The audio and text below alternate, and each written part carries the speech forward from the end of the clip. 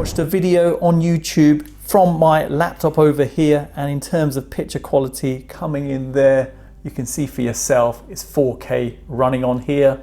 Now coming back to the video, let's hit play.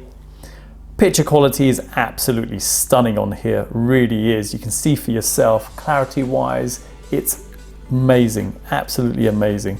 And if I come in at an angle, you can see the 170-degree angle on here. Even at the side, you can clearly see the picture. The only reflection you're getting is some of the lights around, but regardless of that, you're getting really good picture quality. Now, looking at it, you can see it's running really smoothly, not struggling in any way.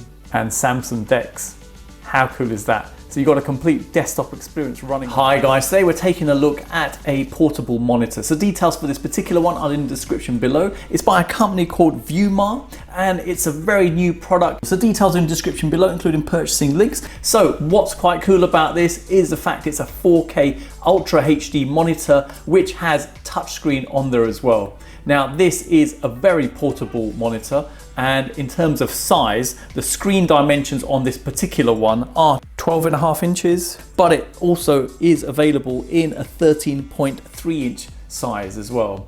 Now in terms of dimensions, this particular one comes in at 28.5 centimeters by 18.5 centimeters, and if you come over to the side, you'll be shocked how thin it is. Look at that. So over there we're talking 0.5 centimeter, and then just over here you're talking 0.9 centimeters, so very thin. Now at the back, just to show, it even has a stand on there, so you can just pull that out. In terms of orientation, you can have it landscape like this, or you could even have it portrait. Just to show the stand, you can just bring it down like so, and it will stay balanced quite well like this. Now if I close that, looking back at the back, you can see you've got 2 speakers over here, 3 buttons. This is for changing the settings on the monitor. So the first one lets you go into the menu option, and the other 2 lets you navigate around and make changes.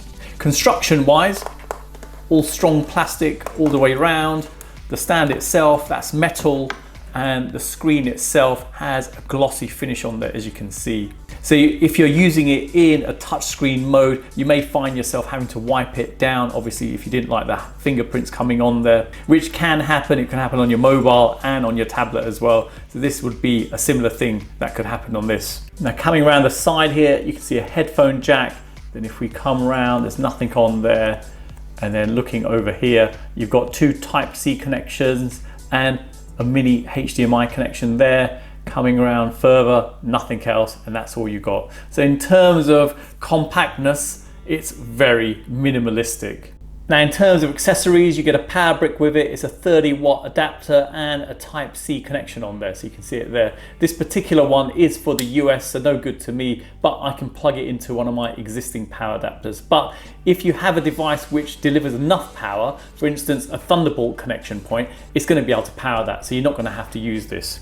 You get a wireless dongle with this, so 11 centimeter cable going to Type-C, and you've got a 26 centimeter cable going to a USB connection point, and you've got the wireless dongle just over here. And the adapter itself is a mini HDMI connector on there. Next we have a Type-C to USB connection, and the cable length on this is 90 centimeters. Next we have a Type-C to Type-C cable, and the length of this cable is 110 centimeters. And then we have a HDMI to mini HDMI cable. Length of this one is 140 centimeters, and all the cables are of good quality. So for my first test, let me test it out on my Android phone. So I've got a Samsung S10 Plus here, and it's got a Type-C connector at the bottom. Now the monitor itself, I plugged in the power via this cable here, and it's connected to a power brick, and I've got a Type-C connection cable plugged in here.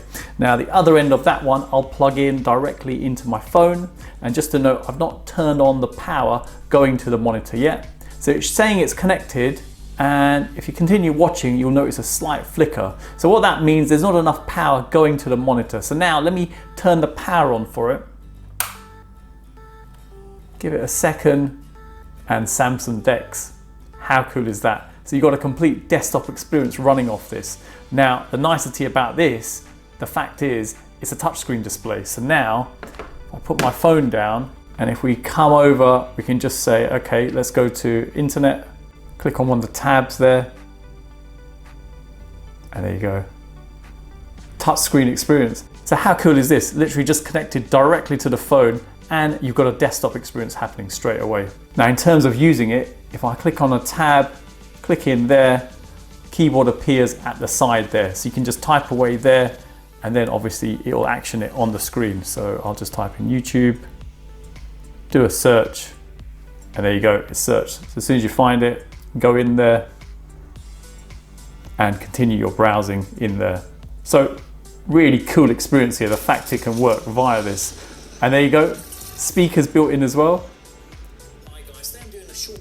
Pause it on that. Now, if I come in at the back here, you've got the 3 buttons. So I've shown them already. So if I just click the first one there. So now if I click that button, brings up the menu option, just give you an idea what you see in there. So you've got brightness, black level, contrast, eco, DCR coming down, H position, V position, clock, phase and aspect.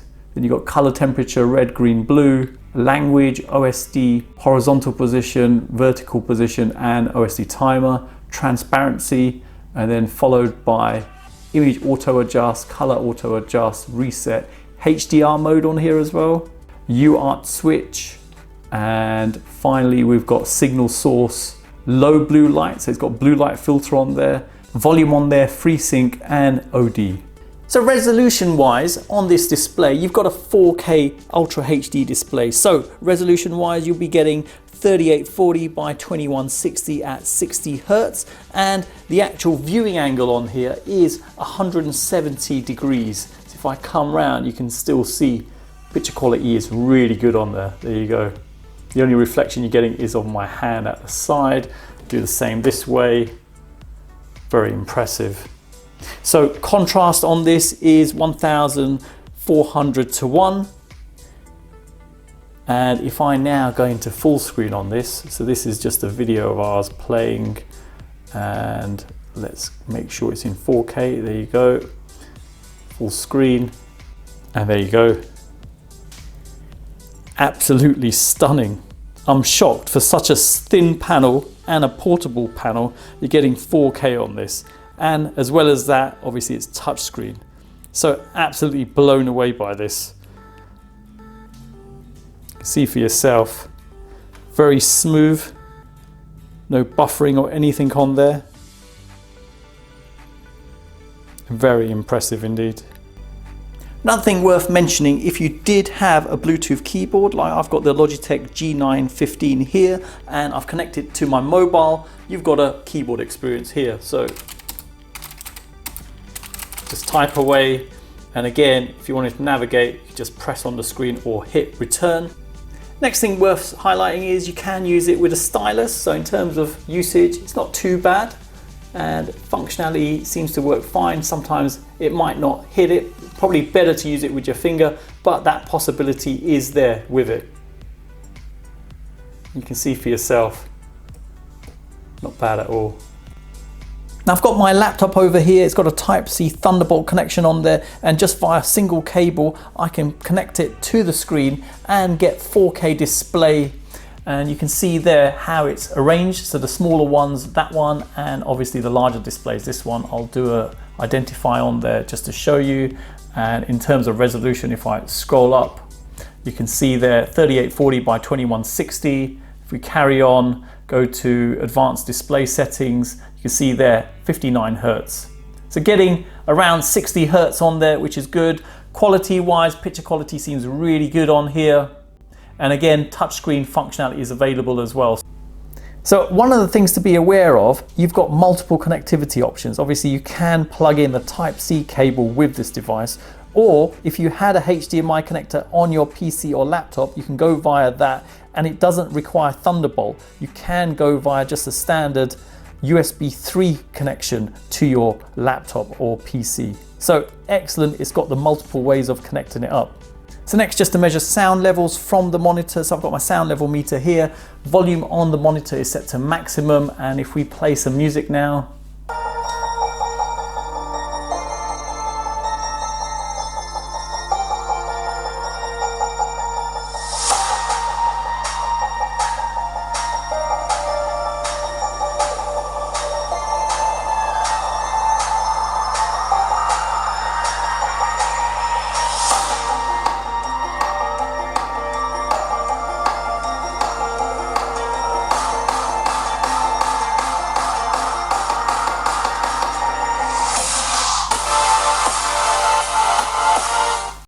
So there you go, up to 80 decibels coming out of these speakers on the display, and sound quality is pretty good really for such small speakers on this display. Quite impressed. Obviously you're not going to get the deepest of basses coming out of this, but in terms of general usage I think it's more than sufficient.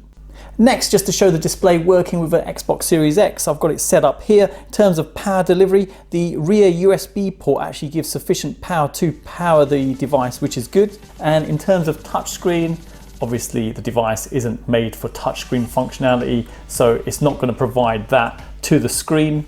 So for this, just to show the display options on here, you can see resolution is 4K Ultra HD, and coming across to 4K TV details, you can see there your TV supports 4K Ultra HD at 60 Hz. In terms of gaming, I've got Watch Dogs Legions running now, so you can see for yourself what performance is like. It's not too bad at all, picture quality is great on there, and what's quite nice, you've got the sound coming out of it as well, so you don't need to plug in a separate device for sound. Now this is standard picture quality without HDR on, and now if I turn on HDR, and there you go, that's picture quality with HDR on there. See for yourself, much more enhanced. Next, just to show the blue light filter, so if I come onto the option, there you go. Next, just to show the display connected to my PlayStation 4. So in terms of picture quality, it's great, and again, you're going to need the power plugged in separately going to the monitor because the PlayStation doesn't give enough power to power it. Touchscreen wise, nothing works obviously, so it's not made for a touchscreen environment. Okay, so we've launched Fortnite on here, and in terms of gaming, obviously you've got the sound coming out of here as well, which is a big bonus.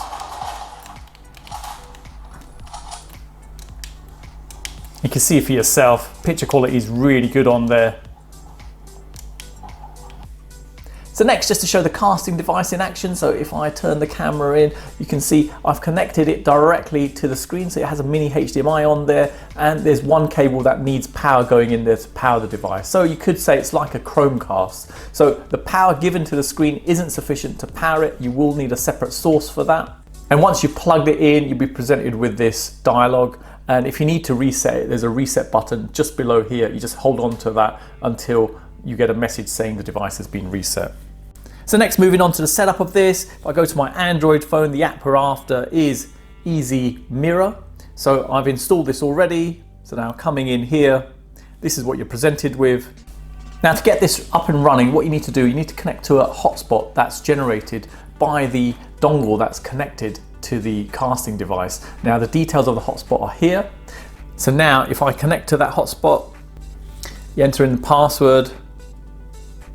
Okay, it's connected and it says there's no Wi-Fi on there, which is true because obviously it's not connected to anything. So we'll say keep Wi-Fi connection.